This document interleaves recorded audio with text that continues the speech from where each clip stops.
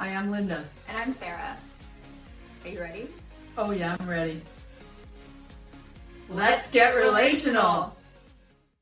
Hi, welcome to Let's Get Relational. This is our introductory episode where you get to learn a little bit about who we are, why we're doing this, and what you can expect.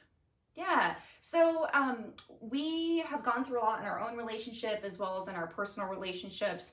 And over the course of, half of my life at least, and I'm 24, we've done just a lot of work. And what we've experienced is that a lot of other people have looked at our relationship and been like, how are you doing that? This is very interesting. Tell me more, please.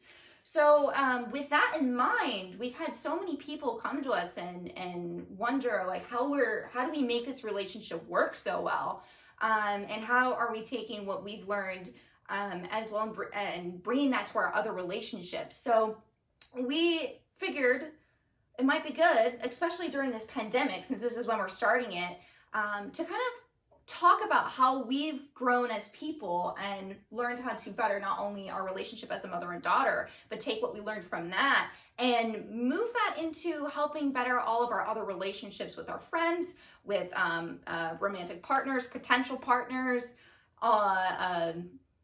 family members, the whole shebang, for all of the relationships. And we just wanted to share that with you because we know there's a lot of complicated relationships out there. And if there's any way that we could help you better your relationship or with other people or with yourself to be able to uncomplicate the relationship that you're in or sort of lessen the complication, we would love to be able to do that for you. So that's where we're coming at this. We really have a passion for this, and both of us have a lifelong commitment to personal growth and spiritual evolution is how I'll put it. And to give you some context, for me, I've been through an abusive dad,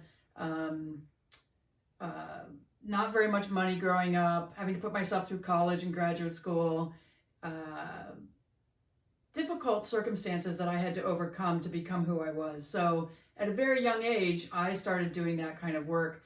And what was interesting was, this will date me because I am in my 60s, and in my teens, I was a little bit younger than Sarah, I went to a church camp where we did work the entire week on T.A. Harris's I'm Okay, You're Okay.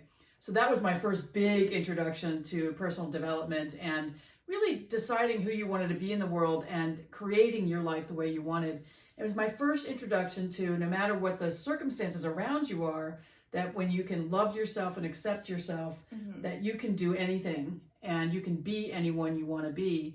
And we are not the kind of people, you don't want to hang out with us if you're the kind of person who's, oh, that's just the way I am.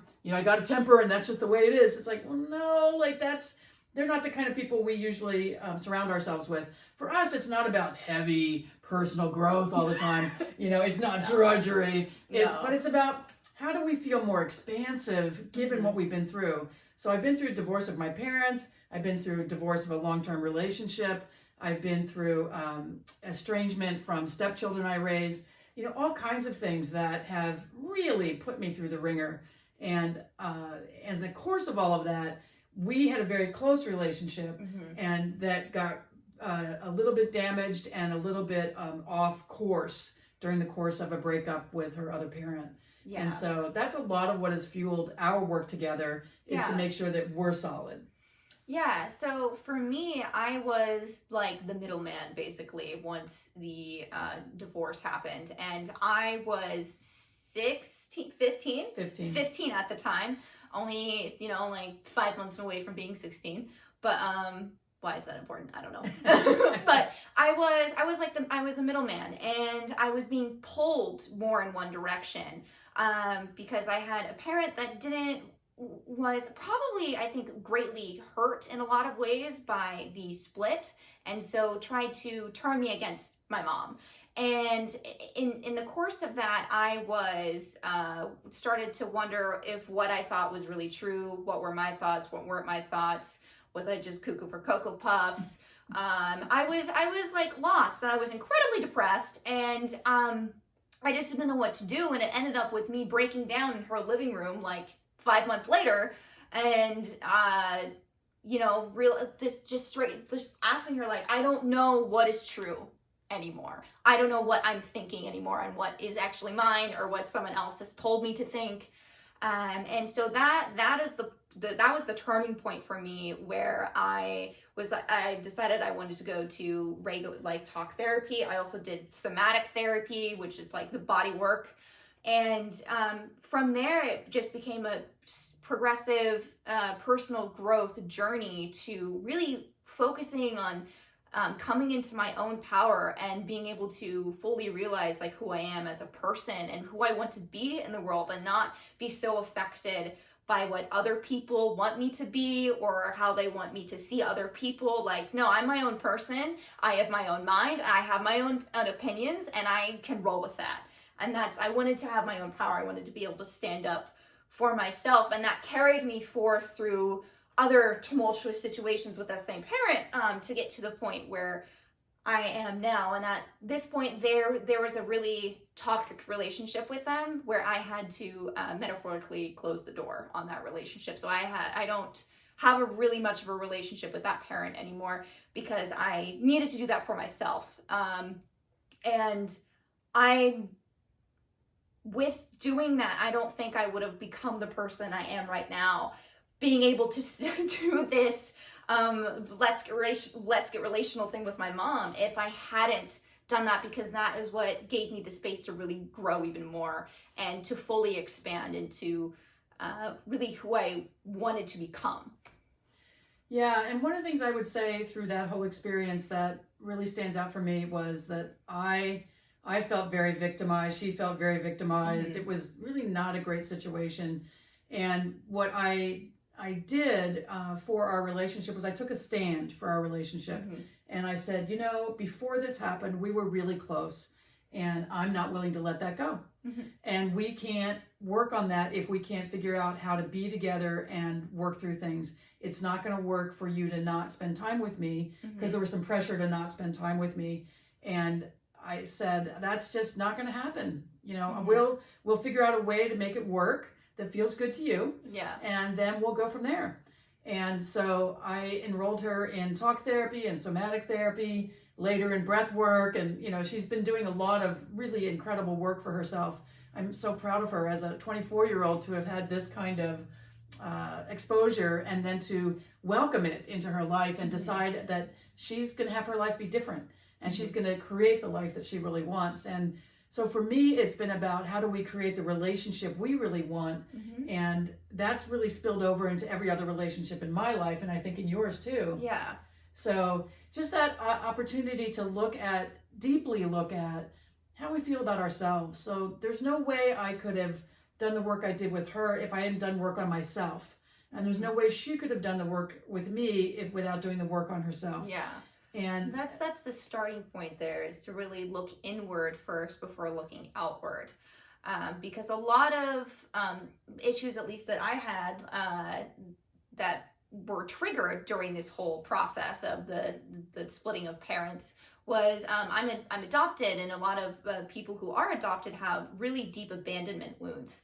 And so for me, that was like a really massive trigger through all of that. So there were triggers that were happening for me that I needed to first, not necessarily confront, because that's really harsh, but be able to accept and understand and welcome into my life in a way that I could love them, so that they're not as gnarly. They're not as prickly and pokey like barbed wire or something like that, that they can smooth out the edges, so that I know that when they're happening, I'm like, oh, that's just a wound that I'm still working on healing, but it doesn't have to control me. So being able to see that and do that meant I could then come to the relationship with my mom and be able to work through things and have conversations about things that needed to be done within our household, within our relationship. Talk about things that moving forward for like my future, which was terrifying, for like a 16, 17-year-old, going into college, having to leave home. Like, what am I supposed to do with all that? So it just set up the foundations to be able to have those conversations, and they were conversations. Yeah, and I think the biggest thing for us has been about the commitment to the relationship and commitment to figure it out. And we're not special. And that's the part I want to just say. We're not special. There's nothing really unusual about us. There's no reason why we can make this work, but you can't. Anybody can do what we're doing. It takes some courage. I will say that. Yes, but it does. The first part of it is just creating an awareness. Mm-hmm. And so what we did was we created what we consider the 5 pillars of really healthy relationships. Mm-hmm. So our first 5 episodes, we'll talk about that. And then we're going to go all kinds of places from there. Oh, yeah. Yeah. We got plans. We got plans. We got some plans for you. So we just want you to relax, kick back, have a good listen or a good watch, and see where this might affect your life and whether or not this is something that can help you. And if you have requests, we're going to be taking those too later. Yeah. And we both feel very passionate about people having really great relationships. Mm-hmm. And it makes such a difference in our lives to have such a great relationship with each other. And it's not perfect. No. So I don't want you to get any magical notion in your head, oh, there's such a perfect relationship. Mm-hmm. I could never do that. Well, honey, I'm here to tell you. You can have a good relationship. And you just need to decide it's going to happen and let go of your attachment of how you thought it was going to look. And that, I think, is the most important thing, is like, I had a certain image of how things were going to look. But honestly, and I think you'll agree with this, things are way better than we ever thought they could be. Oh, absolutely. Like, like when you let go of that expectation, then you really open yourself up to the world of opportunities and possibilities. That if you were holding on to one thing or 2 things or even 3 things, there's like 50 bajillion other things that could have popped up that aren't popping up because you're only looking for the 3 things that you're looking for. And with that, then you're not getting the experience to be able to have all of the opportunities come up, or many come up that might be better than even the ones that you're expecting. So by not expecting certain things, we're able to have really great relationships with our friends, with each other, that would not have been possible if we were looking at one expectation or a couple of how it's supposed to be, because every relationship is going to be different. You're going to want different things from different people, and those same relationships might evolve over time, so that you may not want certain things or need certain things from some people, but over time that may change. So it's also not expecting the relationships to always stay the same. And being open to having them evolve as well is really important. Yeah. So that's just a little bit about us. As we go along, you'll have an opportunity to write to us and tell us what you'd like to hear about us. You can ask us questions about our relationship with each other or with anybody else in our lives. Yep. And we are totally transparent. And that's not to say we have bad boundaries. Not at all. No. But we don't believe in living our lives in a defended way. Yeah. We believe in living our lives in a very open way, and we are choosy about who we trust with our deepest, innermost secrets. Yeah. But a lot of the rest of our lives are pretty open and transparent. Mm-hmm. And so, in fact, I can't think of too many secrets I have that I don't share with the people who are important to me. And that's the part that we've gotten to, I think, is that we're really secure in ourselves and really secure in our relationship. Yeah. So we're okay being on camera, being in your earbuds, just being available for you to learn from us, possibly, or to give us feedback on what you need more help with. And we're really here for you, and we have a deep love and passion for you and for your happiness. Mm-hmm. And your happiness is super important. We've worked so hard to, as individuals, as a mother and daughter, to like reach the level of enjoyment that we have in our life, and we want it to keep like growing exponentially. And so we want to be able to hold that space for you, because I know there's a lot of people out there that maybe aren't happy and or feel really miserable or feel stuck. And we want to be able to hold open the space and the vision that doesn't have to be your life. You can have a totally fucking awesome life. And we would like to be able to create an opportunity for you to get there. So welcome, and together, let's get relational. Mm-hmm. We love you. Mwah.